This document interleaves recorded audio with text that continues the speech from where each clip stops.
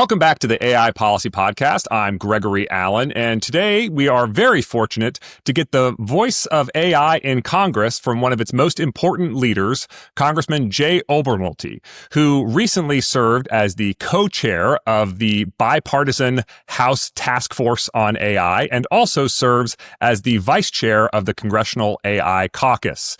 He's got an incredible wealth of experience, not least of which from his time before Congress, when he actually did some engineering work and some professional work in the AI industry. Congressman Obernolte, thank you so much for coming on the AI Policy Podcast. Absolutely. It's wonderful to see you again. So I want to start with your background, because in 1990, while you were pursuing a degree, an engineering degree from Caltech, you founded a video game company, which you still own, called Farsight Studios. So talk to me about your life as an engineer before you started your life as a legislator. What type of AI were you working on? How far did you go in that work? Well, it was always my ambition in life to be a researcher in artificial intelligence. My father brought home an Apple II computer from work when I was in fifth grade, which kind of dates me, and gave me a book on how to teach yourself programming in BASIC. And that ignited in me a lifelong love of computer science and computer programming. And I looked at the field of the different careers that were available to me. And I thought, you know what, artificial intelligence is going to change the world. That's what I want to do with my life. And so I went to Caltech, got a degree in computer engineering, and then was working on my doctorate at UCLA in AI, doing some of the early research in natural language processing and computer vision, when my side hustle at the time, which was writing video game software, which I never thought was actually going to, be a career for me, took off. And, that came kind of out of an interesting set of coincidences. I was, sitting in our computer science department at Caltech, and I noticed a want ad that someone had put on a bulletin board looking for an expert programmer at the 6502 microprocessor, which happens to be the same one that was in the Apple II. And so I said, okay, you know what? I actually am an expert on that.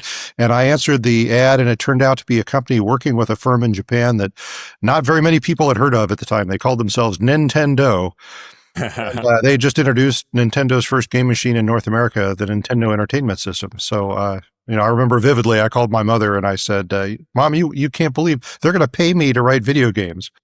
And I'll never forget what she said in response. She said, "That sounds great, honey, but wouldn't you rather do something that might have a future for you?" At the time, it wasn't clear that you could actually make a living writing video games. So I just did that to put myself through college and then graduate school. But then when I was at UCLA working on my doctorate in AI, one of the games that I'd written for the Sega Genesis, an NFL football game called NFL 95, became a big hit. And that's what deflected me out of a career in academia into a career in business. And so I ran that development studio for 30 years. My son still runs it. It's kind of a family business now. We're still around, although I'm not involved in any of the development or the day-to-day management of the company anymore because I've got other responsibilities. But we do console development for platforms like PlayStation, Xbox, Nintendo Switch. Very cool. So I have to note an interesting parallel here.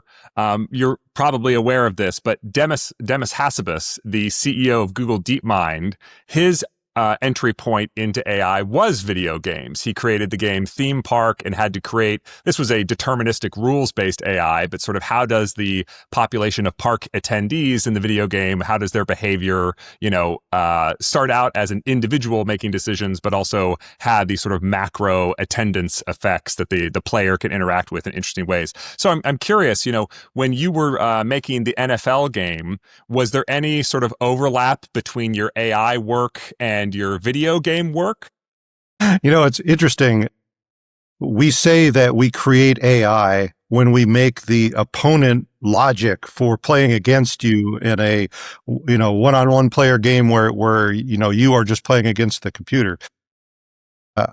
It's not really what we would call AI in the traditional sense. It's AI in the 1980s sense, though. Yeah, well, I mean, kind of the opposite. Where AI, when I was in graduate school, AI is something that you left running on a mainframe overnight and then got an answer in the morning. Whereas in the NFL game, we needed an answer in a 60th of a second, which is the time between two successive television frames. That's the amount of time we had to make a decision. So for the longest time, those universes didn't didn't coexist at all. But now I would actually say the situation is the opposite, because when we use the term AI, it's become very generic, right? We're not talking about just a neural net. We're not talking about just a non-deterministic algorithm. We're talking about anything really that makes a computer seem human-like. And people mean when they say AI. And so I think in that sense, video games very much are AI. Yep. And now you just got me curious. So you said you were working on computer vision and natural language processing. What was there a specific problem that you were working on? You said LA, which always makes me think JPL and space technology from that era of AI. But what were you trying to solve?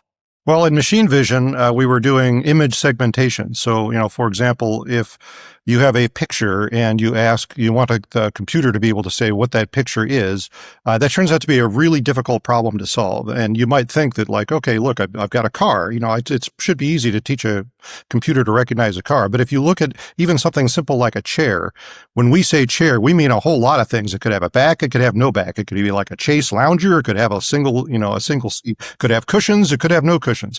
And if you think about the orientation of the chair, there's sometimes when one leg is in front of the other, and so you only see three legs. And, it turns out to be really, really difficult. So, you start with edge detection and you put those silhouettes together in a way that tries to make it seem like, you can classify what you're seeing.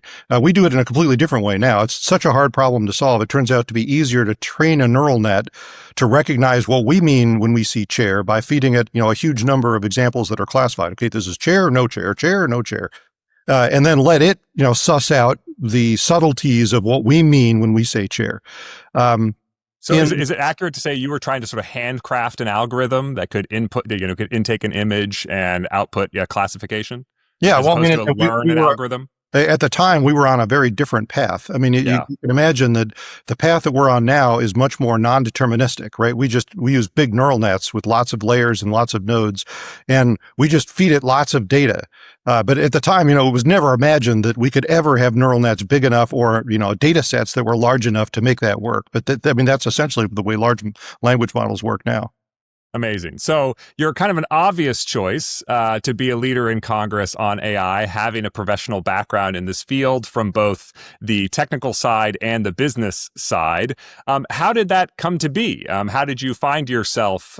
Did you seek out opportunities to do this, or were you punished somehow by being forced to take on this incredibly difficult task? Well, are you asking how I got into politics, or are you asking how I got into AI once you were already in politics? Oh, it was a natural fit. It's interesting. In Congress, what you find is from a distance, everyone thinks that our knowledge is a mile wide because we legislate on such a wide variety of different topics. But right, you have to have something to say about healthcare. You have to have something to say about space policy. Everything. You have to have something to say. Yeah, exactly. That's right. And you're to talk about my committees of jurisdiction. I mean, like financial services. We had a very complicated cryptocurrency bill that came up in the House a month ago, and that took a lot of specialized knowledge to make an informed vote there. So when you really get close to the situation, you realize that our knowledge might be a mile wide, but it's only an inch deep in a lot of cases. And so we rely on silos of expertise. So, for example, one of the committees I sit on is the health subcommittee, and we're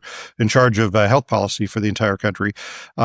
We have bills that are related to pharmacists that come up all the time. And we're very fortunate that we have two pharmacists right now in Congress. For the longest time, we had one. Now we have two. It'll be back to one, unfortunately, next year, unless something changes. But I rely on those people. It's Congressman Carter and our friend from Tennessee, that Congresswoman Harshbarger. I rely on them when we have a question about pharmacists because they are pharmacists and they're experts. And so, we're really lucky to have that. And so I'm honored to be able to fulfill that function when it comes to technology policy, just because I've had so much experience with it. So if I can be a resource and an asset to the people that I serve with, and, I think the system is functioning as it was designed to be. Great. So in February 2024, Speaker of the House, Mike Johnson, and the Democratic leader, Hakeem Jeffries, announced a bipartisan task force on AI, which, along with Congressman Ted Lieu, you co-chaired. Talk to us a little bit about the origins of that task force. And then, of course, it culminated in a report that was published late last year. So how did that work unfold? And what do you see as being the big outcomes?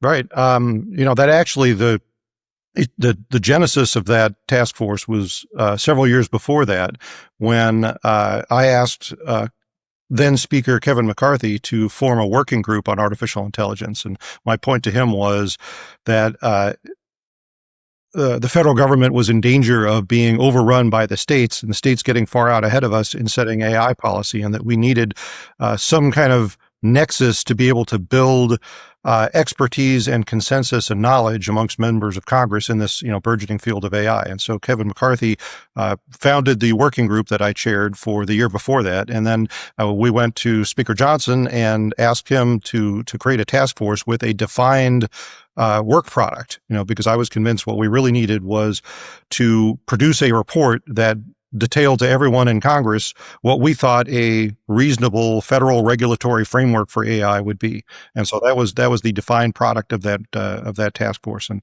I asked the speaker, I said, please first of all, don't make two chairs. Let's have two co-chairs.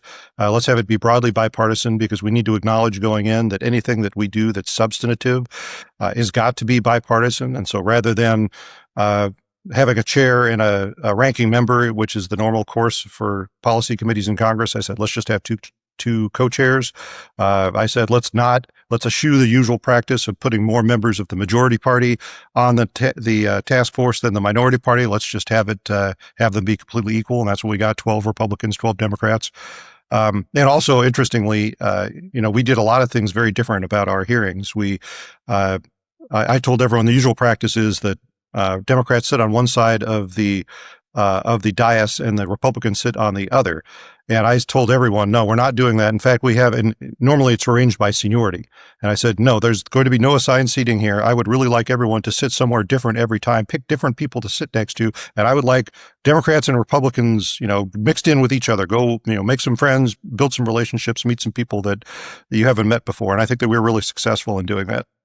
That's amazing. So you talked a little bit about the process. Of course, you're having hearings, you're engaging with experts, you're engaging with various voices who have different opinions and stakes in the AI explosion. It culminates in this report. So if memory serves, the report is more than 250 pages long. Can you walk folks through what you see as kind of the most important findings of the report, and what happens now that there is this? Right. Well, you're right. It was about 270 pages long. I'm very proud of the report we put out. There's very little fluff in there. It's all substantive discussions about concrete policy recommendations. We had 25 different hearings of the task force to create that report, and we make over 80 concrete policy recommendations in it. So if I were to summarize, and there is an executive summary, and no, by the way, before you ask, we did not use AI to summarize the document. Yeah. That question all the time. But there's an executive summary. If anyone's interested, it's just a few pages long, and we'll summarize it for folks. And the report's easy to find if you just ask Professor Google or whatever your search engine of choice is. AI House AI Task Force report. It'll take you right to it.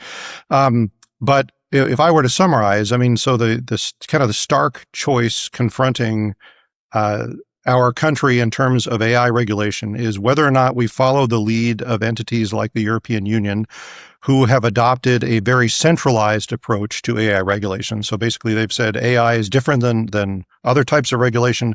We are going to create a separate parallel licensing requirement for AI and spin up a brand new bureaucracy to write the rules for that. So if you already have a sectoral regulator in the EU, now you have two regulators. If you use AI, you have two regulators now: your sectoral regulator and the AI regulator. So, that's one choice. Or the other choice is to embrace sectoral regulation, where we equip and empower our sectoral regulators with the tools, resources, and authorities that they need to regulate AI in their sectoral spaces. And that is what we strongly recommend that the United States do. And there are a couple of reasons for that. If you read the NIST AI risk management framework that they came out with last year, that's been acknowledged as one of the furthest thinking documents on the topic of AI risk that's ever been created. If you read through that framework, you realize that what NIST is saying is that the risks of AI deployment are highly contextual, which means it matters very much what you're going to do with the AI when you're trying to evaluate what the risks of deploying it are. And something that is unacceptably risky in one usage might be completely benign in another, even though the model is identical. So when you think about it that sense, it really makes you realize how difficult it is to have a non-sectoral regulator evaluate the risks. And I'll give you a specific example. The FDA has already issued over 1,000 permits for the use of AI in medical devices, which is pretty much one of the highest risk usage contexts you can think of. I mean, something that's going to be implanted in someone's body or used to make diagnostic decisions about people's health. That's pretty risky. If someone were going to say, I'm going to put AI in your in your pacemaker, you would want the FDA to be looking into that, right? So the question is it easier to teach the FDA what it might not already know about AI? Or is it easier to teach a brand new regulator everything the FDA has learned over decades of ensuring patient safety? And the answer is clearly it's the former, not the latter. And so that is the recommendation that we're making in the report, the chief recommendation. And I think, that recommendation, you can even see it in the table of contents. And what I mean by that is you have sections on agriculture, healthcare, financial services, intellectual property. The point basically being that what appropriate AI regulation looks like is going to be on a sector by sector framework. There's very rarely going to be a one size fits all part of the story here. Now, I'm curious, what your evolution on these positions has been over time and how it overlaps with the evolution in the position of industry. Because if you think about going back to 2023, I mean, I recall when a group of executives signed a letter. It included Sam Altman, the CEO of OpenAI. It included Elon Musk, now the CEO of xAI. It included Demis Hassabis, the CEO of Google DeepMind, talking about the existential risk of artificial intelligence. And Sam Altman even testified before Congress in 2023, calling for regulation that was tied to the power level of the models, this 10 to the 26th number, which actually still shows up even more recently in California State Legislation, has its origins in an OpenAI white paper. And so I'm curious, is there any part of the AI story where you think a sectoral approach is insufficient, where regulation based on the generation, the capabilities of the model, et cetera? And maybe just to put another point on it, while there is this sort of sector by sector logic to regulation, if you go back only as long ago as like 5 or 10 years, that tended to accord with how AI capabilities were developed. The AI that's very, very good at recognizing faces is not going to be good at listening to voices, et cetera. But by contrast, if you look at some of these large language models, they want to give you medical advice, they want to give you legal advice, they want to give you therapy services, they want to give you engineering advice. And so the point is that the systems themselves have become deeply cross-sectoral. Does any of that pose any challenges to what you said, or how do you incorporate that into your existing framework? Right. No, it's an important question. And I think that you have to differentiate what our responsibilities are as legislators from what our responsibilities are as human beings, right? Because as legislators, we are required to protect consumers against the risks of malicious use of AI. And to try and differentiate between doing that and creating this overreaching government bureaucracy that controls every aspect of the decisions that people make, right? And so this is the balance that we try and achieve every day when we create law. So when we are figuring out what ought to be against the law and what safeguards need to be put in place, we need to make a list of the things that we're trying to protect people against, right? Because without that list, without, what lawyers call the parade of horribles, all the bad stuff that can happen, you really can't come up with safeguards and laws that protect people against those risks. It's not enough to say this is big and scary and we don't understand it and therefore we're going to outlaw it, right? That would be, I would say, an inappropriate action for a government to take. Unless you were so convinced that the risk was real that it made sense to do that. So, when we classify these risks into these two different buckets, you have all the sectoral risks, the ones we've been talking about, but you're talking about like a non-sectoral risk, and the chief amongst them, and what a lot of AI visionaries in those letters that you're referring to are bringing up is this risk of what they call AGI, artificial general intelligence. Well, where we have an AI algorithm that is smarter than a human, that doesn't want to be turned off. The HAL 9000 scenario. Mm-hmm. And that is a real possibility. We've got computer scientists are split on it. Where you've got about half and half. About half computer scientists think that AGI is going to be inevitable in everywhere. I mean, some people say 6 months, some people say a couple of years, and then you've got about half of computer scientists that are in their other camp that think that AGI, if it even ever happens, is something that's farther in the future, and the path that we're on right now with large language models, I mean, what we're creating is, stochastic parrots that just, mimic the behavior they've been trained on, and that there isn't any intentionality, there isn't any planning, there isn't any centralized, thought process, and therefore that's not the track that AGI will occur on. So, this is you've got, people are split on this. I actually think I'm kind of an AGI skeptic. I think that AI is amazing. It's going to be more amazing. I think it seems we've already got AI that probably passes the Turing test, which was supposed for decades, the gold standard of figuring out when we've gotten to AGI. I think that it depends on how you define AGI. Like if you define AGI, well, what does it mean to be smarter than a human? Well, if you can pass all these tests, if you can pass if you can pass the bar in California and you can pass a test to get your medical license in Vermont, then that's pretty smart. And AI, I mean, we can probably already do that. Within the next year or two, AI will be able to do those things. On the other hand, I think you need to figure out what we mean when we say intelligence. Like, what does it mean to be intelligent? Because, what's become very clear is that AI is intelligent in a way that's completely different and not human, compared with the way that mankind is intelligent. And when you get right down to these existential questions, like you just have to finally throw up your hands and say, okay, look, let's talk about risks here. What are we really concerned about? So, those are the trade-offs when we talk about that. So, like, to the extent that you can put a concrete risk on something, like, for example, we don't want AI to be used to allow someone to make a biological or a nuclear weapon, right? That is a quantifiable risk. Well, good. Let's protect against that. We don't want AI to fill the role of therapist, although we might in the future, but I mean, only to the extent that trained human professionals have created it and equipped it with safeguards, against things like suicidal ideology. We can say it would really be bad if AI assisted a child in committing suicide because it reinforced this ideology they brought to it. Okay, great. We can agree on that. Let's put safeguards in place. But this like non-quantifiable, well, maybe it will be too smart and we'll, end up in the Terminator where we're battling Skynet for control of the world. Like, unless you can put you can quantify that risk and explain how it would happen and how we protect against it, it's really difficult to make the case that government needs to act. Yep.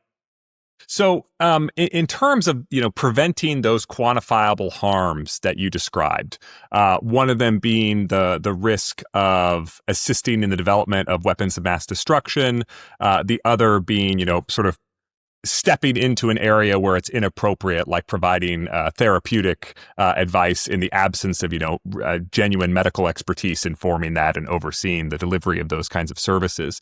What does an appropriate government intervention look like in those cases? And I guess I mean it in a couple of ways. One is, who do we regulate, right? If I use my car to go run someone over, I'm going to jail. Ford Motor Company is not going to jail. But if the brakes explode and therefore I can't stop and I run someone over, perhaps, Ford is going to face some penalties or liabilities there. And when you think about the types of harms that we're talking about, some of the burden could fall on deployers, some of the burden could fall on developers, some of the burden could fall on users. Do you, in your own mind, have a sense of like what the appropriate regulatory framework is for knowing when it is appropriate to impose burdens on which category of user, developer, deployer? Yeah, well, absolutely. And we did a lot of thinking about this in the task force. And I mean, the answer is that it's much easier to think about these things. These are not new questions. I mean, you raised a couple of them already with cars. I mean, talk about firearm violence, right? That's another one. It's really a hot topic. And, who's at fault? The person that manufactured the gun, the person that distributed the gun, the person that fired the gun, the person that trained the person that fired the gun, right? But these are things our society has already been through, thinking about these things. And AI is no different. We have an existing framework for dealing with these questions of vicarious liability.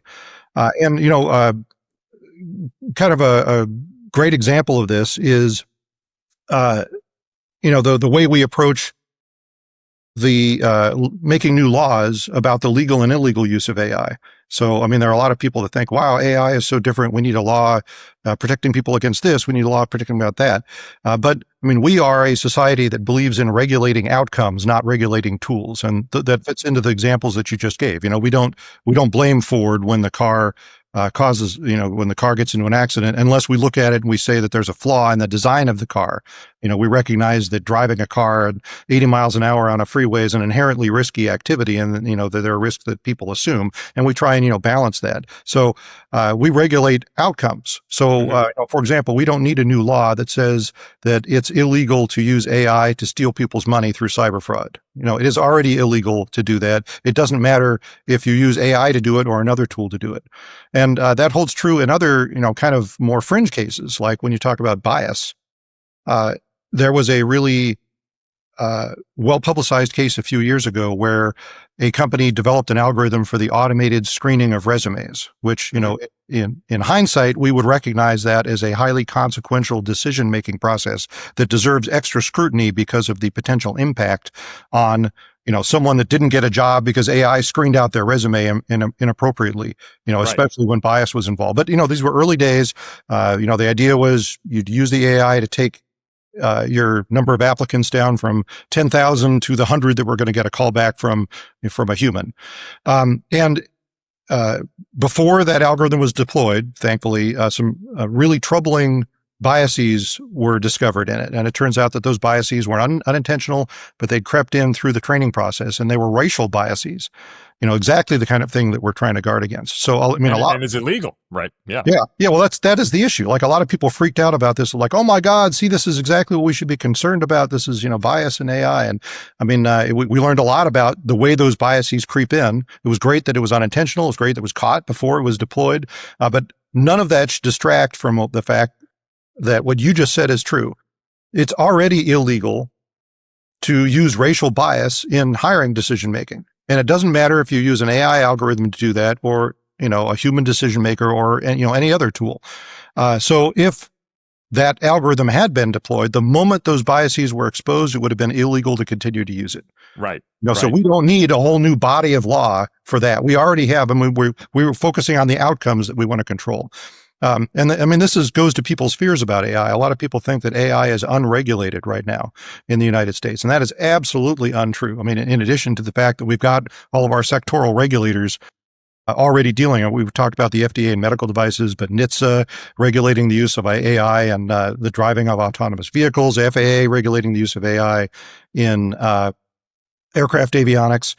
In addition to that, we've got this whole body of law that is based on outcomes, not on tools, that AI can fit into. So to the extent that we can regulate that way, to the extent that we can think about safety and liability that way, I think we're much better served as a society. And also, you mentioned copyright protection. We had a whole chapter on intellectual property in and I should flag for listeners that part of your congressional district includes Los Angeles County, obviously as the center of the U.S. entertainment industry. Intellectual property and copyright issues a very hot topic. So it's kind of amazing that you're at the center of both of these things. Yeah, lots of creators in LA. Side. Exactly. Yep. But I mean, what we say in the task force report, we acknowledge two things. The first thing is that solving these intellectual property issues is probably going to be the thorniest part of AI regulation. The second thing we acknowledge is that the courts are going to be ahead of Congress in this sense. We've got some really interesting and compelling court cases that are pending, particularly the New York Times case. And the courts are going to have to try and figure out if they can extend the doctrine of fair use to cover these novel cases. When copyrighted material is used to train an algorithm that then's commercially deployed to create new material, to what extent is that illegal use? To what extent is fair use? To what extent is it a derivative, create a derivative work? And how do you balance those competing interests? Well, the courts are going to try. And if they can succeed, they might need some backup from Congress in codifying some of the things that they decide, because, we don't want them to put them in the position of lawmakers. But if they can succeed in extending this doctrine that's served us well for decades, it would be much better than saying AI is completely different and here are the new rules for AI and, the old rules for everything else. So that is kind of what I'm hoping happens, is that we can figure out a way of fitting AI into the larger way that we approach, our legal world and our laws. So I want to go back to something you said, which is, racial discrimination in hiring was illegal before AI was invented, and it's illegal after AI is invented. And using AI in your hiring is not a get out of jail free card, to use racism in hiring decisions. Ditto with cyber fraud, for example. So those are great instances in which the existing regulatory frameworks still maps pretty well to the AI era. But I think there's a flip side of it. If we're talking about the sort of three elements of any regulatory structure: authority, capacity, and political will, I do wonder about the question of capacity. Because cybercrime, was a much smaller problem when not very many people had hacker skills. And if we are moving towards a world in which AI makes it easier for sort of unsophisticated people to carry out sophisticated hacking attacks, that is a problem. You probably know people who have experienced this, but one of my friends, her mother received a phone call that was in her voice talking about how she had been kidnapped and, needed to pay a ransom in Bitcoin, et cetera, et cetera. And then the mother, texted the daughter, and the daughter's like, "What are you talking about? I'm fine." It deep faked her voice to execute this scam. And this is obviously very prominent in going after the elderly in the United States. And so I do wonder if, AI can make certain problems that were tractable because of a certain scale that they were occurring on, but now might bring new scale to those problems, which, calls into question not authority, which, as you pointed out, in many cases, the law is already decent, but capacity. How are you wrestling with those kinds of issues? Right. No, it's a completely worthwhile distinction, to make. And it's kind of a different conversation, though, because we were talking about the law. We don't need a new law, but, we very much need to make sure that our law enforcement agencies are equipped with the resources and tools that they need to go after the people that are creating this, this illegal activity. And to answer your question, yes, I hear from people every day, my constituents, every day about this. However, that fits into kind of a larger discussion, and I'll be interested to get your opinion on this. One of the things that AI is accelerating is the ability for anyone to create anything that they want to create in such a way that a casual observer would not be able to distinguish between what they've created and reality. Mm-hmm. And this has profound consequences for us as a society, especially when it comes to the spread of mis and disinformation, which is something that we highlight in the report. There's something that no one has a good answer for. We had several hearings in our task force about this, and one of the hearings was on the specific topic of whether or not watermarking should be mandatory for AI-generated content. And the conclusion that we reached is no, it should not.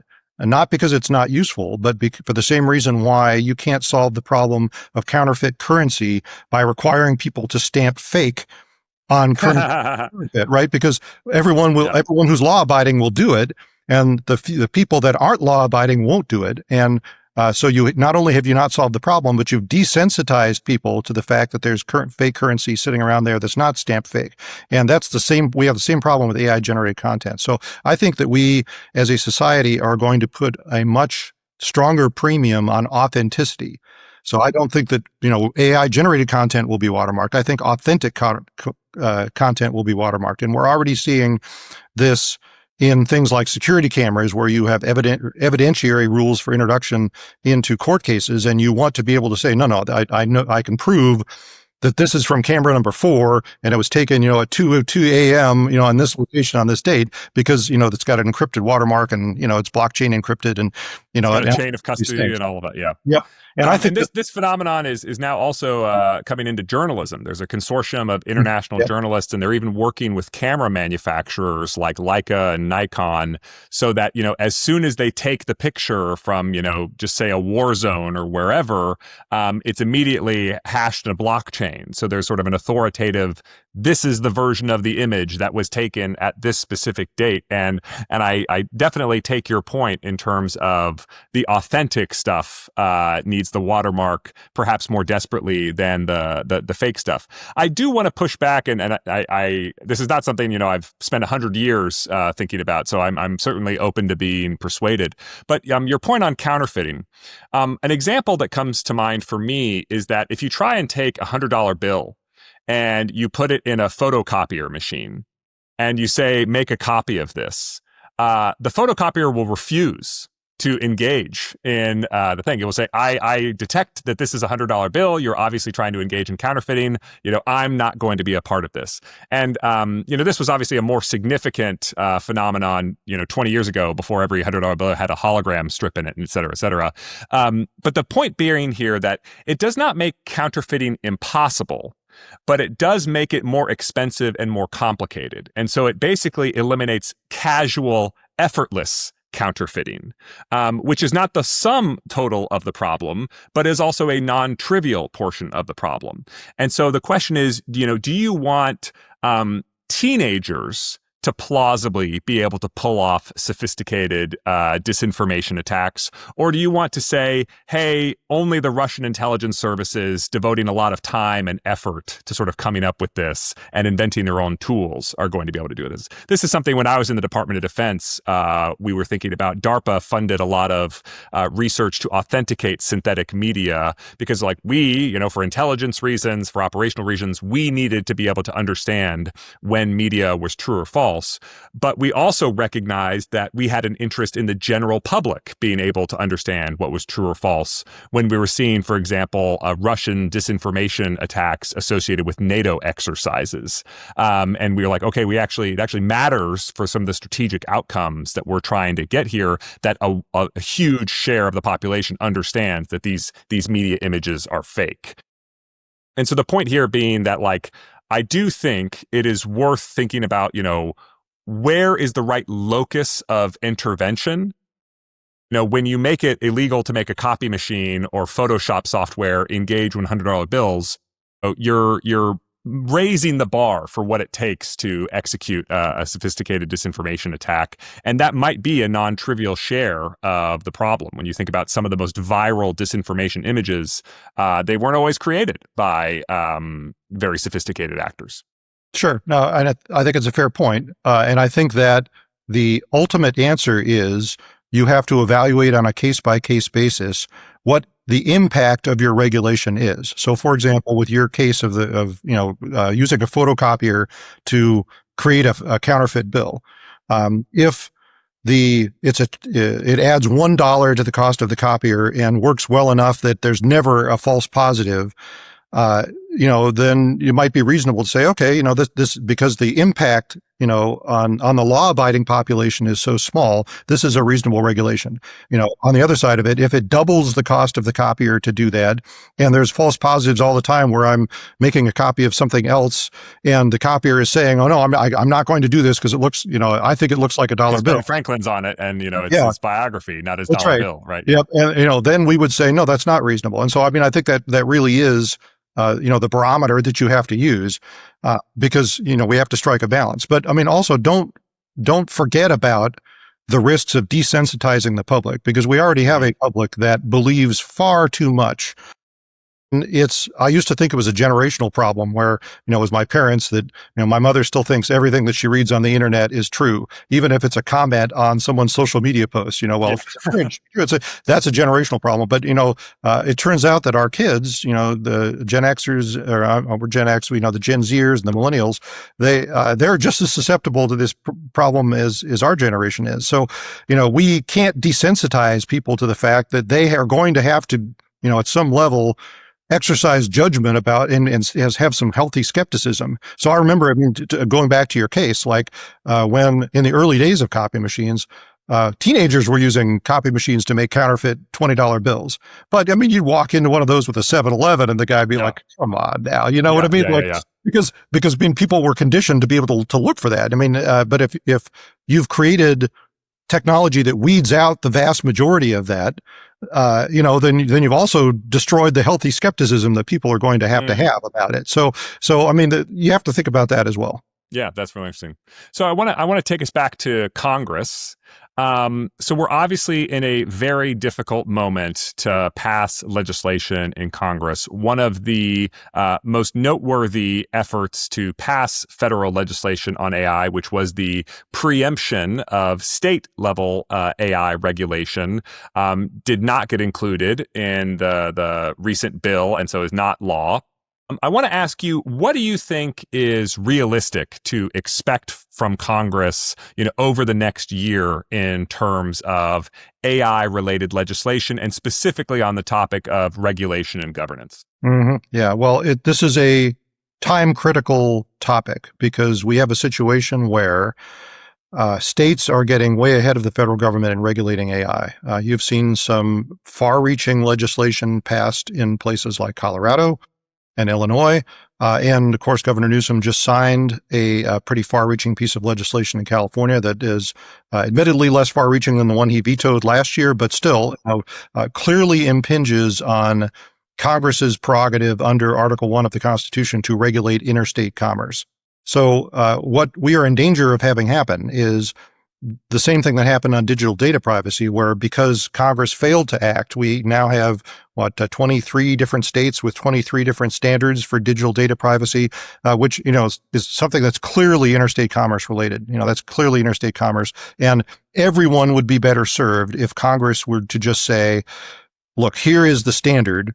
To the extent that it's interstate commerce related, you states are preempted because, we've created a standard. And that way, not only is it less confusing, but it's more conducive to entrepreneurialism because the people that have the legal sophistication to deal with 50 different state standards are the big companies, with rooms full of lawyers. And the people that can't are two folks in a garage somewhere trying to start the next big company, right? So this is the case with AI because we have currently over 1,000 different bills pending in state legislatures on the topic of AI regulation just this year. So, we need to get that done. Now, to be clear, you talked about preemption. What was attempted earlier this year as part of HR 1 was not preemption, but a moratorium, a temporary moratorium on state AI regulation, just to give Congress a little bit of time to get that done, and to make it clear to the states that Congress needs to go first. That's why we put it in there. Is not that we don't think that there's going to be a state lane for regulation. There definitely is. Under a system of federalism, states have responsibility for some things, and Congress has responsibility for other things. And really, the dividing line when it comes to AI is it interstate commerce or not? So I think what needs to be done urgently is that we pass federal AI legislation that creates those lanes, that makes it clear where the preemptive guardrails are, what is, interstate commerce related, and therefore reserved for regulation by the federal government, and what outside of those guardrails, where the states are free to be the laboratories of democracy that they always have been. And I think that's what really urgently needs to get done. Yeah. And, just to play skeptic for a moment here, there was your own bipartisan task force in the House. Senator Schumer led a gang of 4 that also had a bipartisan group trying to craft AI legislation in the Senate. ChatGPT dropped in late 2022. I've been hearing about how it's urgent since late 2022, and still, I think it's fair to say we haven't seen much come out of Congress. So it's urgent, but is it possible? I mean, is there anything that gives you cause for optimism that this could be the year, or well, we're already in October, so maybe in the next 12 months? Yes, actually. So if you want some reason for optimism, I mean, look at the fact, first of all, that our task force report, which, as we've discussed, is pretty substantive, it was unanimously approved by all 24 members of our task force, 12 Democrats, 12 Republicans. And It was approved by the speaker and the minority leader and their staffs. Okay, that's should be pretty compelling. You should have seen what was left on the cutting room floor out of those 270 pages, because we had enough that there was broad bipartisan consensus on, that we had the luxury of saying, okay, you know what, all the stuff that might be more controversial, we're not even going to touch that, because we've got plenty of stuff here that that to form the nucleus of a comprehensive plan. So, I mean, that gives me some confidence. When you talk to people in Congress, there is no one that thinks that there shouldn't be a federal framework for the regulation of AI, and that it shouldn't at least partially preempt the states. I mean, literally, no one thinks that. People will disagree on exactly what the preemption looks like. So, that the fact that we have broad agreement on this, and even the time urgency, when you state the problem and you look at what happened with digital data privacy, which, by the way, we're taking another run at. I'm on the data privacy working group. We're going to try again this year to come up with a standard. But the problem is that when you fail to do that initially and you let the states get out ahead, they all feel creative ownership of what they have made. And they're more likely to say, well, what we have is better than what you're proposing. And so that we're going to oppose you. Yeah. Right. So you've given what I think is a pretty credible case for why this time could be different. Can I just ask what form that might take? Like, would you and your co-chair, Congressman Ted Lieu, jointly introduce draft legislation? Would it come out of committees? Would it be, something else that comes out of the Speaker's office? How might this legislation emerge? No, I think it's important to follow the regular legislative process. And that way, we've been working on this now for 9 months. So we have a bill. We're calling it Gaia, the Great American AI Act. And it codifies a big chunk of what the task force recommendations were, including some preemptive guardrails focused around the distinction between interstate commerce and non-interstate commerce. And it does some other things. We, how passionate I am about NAIR, the National AI Research Resource. We've got that in there. It codifies KC, which is part of the White House's AI action plan, because we need a standard-setting body within NIST, and so we do that. So there's whistleblower protections. We got a bunch of stuff, good stuff in there. The problem is that things have been so dysfunctional in Congress right now that we just can't get any legislative oxygen for it. Right now, the whole federal government is shut down. The House is not in session. The Senate seems like all they're voting on is, one continuing resolution after another. And even when we get out of this, because unfortunately we've gotten so far behind on other things, we've got some other pressing concerns like National Defense Authorization Act that has to be passed by the end of the year. The Farm Bill authorizations are going to lapse. These are really high priority issues for Congress. We are struggling to get enough traction, but the process that you've outlined is the one that we need to follow. We need to get a bunch of bipartisan co-sponsors on it. We need to introduce it and go through the regular committee process. And, we'll have to see if it's going to go through energy and commerce or science, space, and technology, or both, and go through and see if we just can't get some traction for it. But I still remain an optimist, just because I think we proved last year with the task force that this is a bipartisan issue. And I think that you can make a really easily proven case that it's time critical. Yeah. I think that's a great spot. And now you did raise the point about the White House AI Action Plan. We at CSIS hosted the director of the White House Office of Science Technology Policy, Michael Kratsios, during the rollout of that new plan. And one of the things that he said was, look, there's a lot of areas here where we're going basically as far as we believe ourselves able to go under executive branch unilateral authority. And there are places where Congress needs to act. And so I'm curious, as you think about Gaia or other pieces of legislation, your own work, Congress's work, how do you take the AI action plan? Is there anything that on the sort of the White House can't do it alone to-do list that strikes you as especially important? Sure. We've talked about a couple of them, particularly Casey, which we absolutely need an agency within the U.S. government to coordinate standard settings for AI and to coordinate international cooperation on not just standards, but things like the non-proliferation of malicious AI. And I think it's wonderful that, if you look at the Biden executive order and the Trump executive order, there's a lot of parallels on those topics. And that should give people some comfort, because you really can't think of two administrations that are more diametrically opposed on a lot of different things, but the fact that we've got this thread of continuity through there, should give people some comfort. And also, we're very lucky to have Secretary Kratsios in there. He's a guy that's deeply informed and educated on the issue of AI, given his background, and so he's been a steady hand at the wheel there. Yeah, I appreciate your shout out to Casey there, and I should say for the audience, Congressman Obernolte and I were at an event together yesterday, and he was opining on the wisdom of Casey's residency within NIST. Could I just get you to sort of repeat a little bit about what you said yesterday? Sure. Right. Well, I mean, if you're looking at the task force report, one of the things that we want to avoid is having an unelected bureaucracy make a bunch of rules about AI. We think that if you look at what's happening in Europe, it's an illustration of the fallacy of that kind of approach. So we wanted to make sure that the body that is setting standards for AI is not the same body that is empowered to make those standards mandatory. We think that a check and balance there is a much more appropriate way to go there. And that's why I am very happy that the Trump administration is electing to keep Casey under NIST, which is where it was, when it was the AI Safety Institute under the Biden executive order was also under NIST, because NIST is inherently a non-regulatory body. They are a standard-setting organization, and that's exactly where you need an agency like this. So really happy to see that. Great.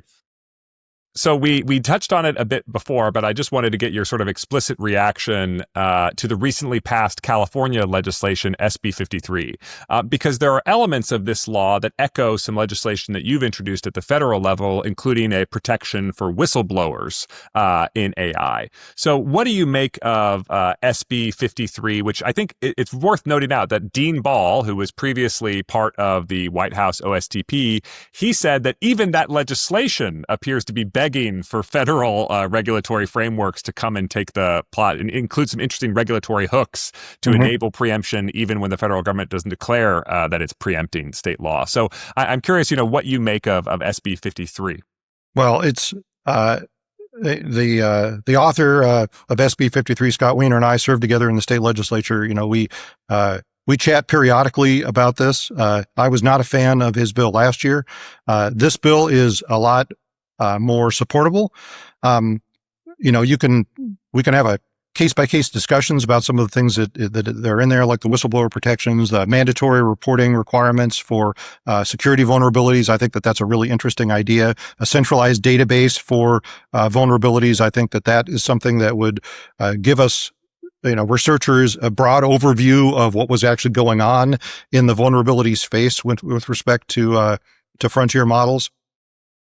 However, no one could argue that what the governor just signed in California does not interfere with Congress's ability, impinge on Congress's authority to regulate the interstate commerce applications of AI. I mean, it very clearly does. So, I really think that could be the poster child of like, look, when to the extent that you're regulating the deployment of AI within your state, that's reasonable.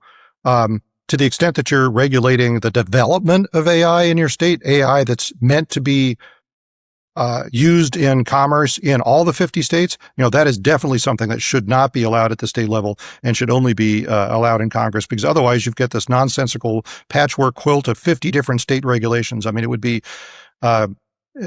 be impossible to comply with and easily evaded, because all you have to do is, then you go jurisdiction shopping and you put your development studio in a state with the least restrictive policies. It makes no sense. So, really, that's a compelling argument for why we need federal preemption. And to be clear, as we've talked about, no one thinks that there isn't a lane for states in AI regulation, but it needs to be consistent with Article 1 of the federal Constitution in allowing Congress the unrestricted lane of regulating interstate commerce, and then allowing states to go, do their experimentation and be the laboratories of democracy that they are.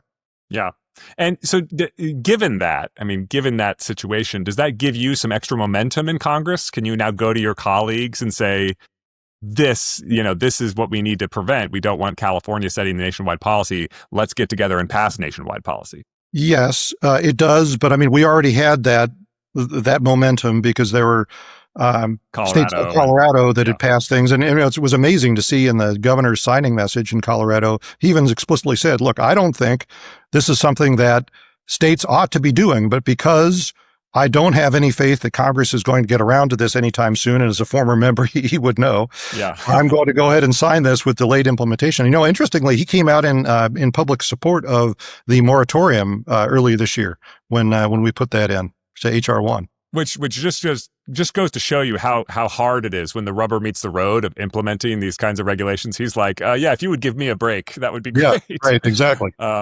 So, Congressman, I want to close it out here and be respectful of your time. But is there any other issues that we didn't touch on that you wanted to talk about? Well, I mean, let's close it with this, because I think that we in the industry do a terrible job at articulating the optimistic case for AI. You know, we start having these discussions. We talk about risks. We talk about malicious use. We talk about how the law needs to adapt. We talk about infringement of copyrights. You know, we talk about all this bad stuff. And then we haven't had a discussion about some of the other things in the report, like job displacement and, you know, disruption and things like that. And, you know,